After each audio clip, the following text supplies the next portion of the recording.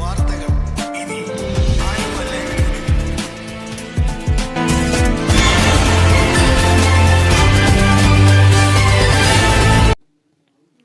Aluva metro സ്റ്റേഷനിൽ auto queue system നടപ്പാക്കും. Aluva metro സ്റ്റേഷനിൽ യാത്രക്കാർക്കായി smart auto queue system technology സഹായത്തോടുകൂടി നടപ്പാക്കാൻ ആലുവ മേഖല ഓട്ടോ കോർഡിനേഷൻ കൺവെൻഷനിൽ തീരുമാനമായി. ആലുവ മെട്രോ സ്റ്റേഷൻ പരിസരത്ത് സർവീസ് നടത്തിയിരുന്ന പരമ്പരാഗത ഓട്ടോറിക്ഷകളും ഈ ഓട്ടോറിക്ഷകളും സംയുക്തമായി ടെക്നോളജി സഹായത്തോടെ സർവീസ് ആരംഭിക്കും.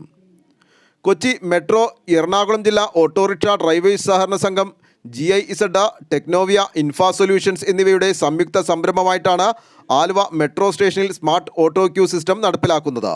ആലുവ അന്നപൂർണ്ണ ഹാളിൽ കൂടിയ കൺവെൻഷനിൽ എറണാകുളം ജില്ലാ ഓട്ടോറിക്ഷ ഡ്രൈവേഴ്സ് സഹകരണ സംഘം പ്രസിഡന്റ് MP സമന്തഭദ്രൻ അധ്യക്ഷത വഹിച്ചു.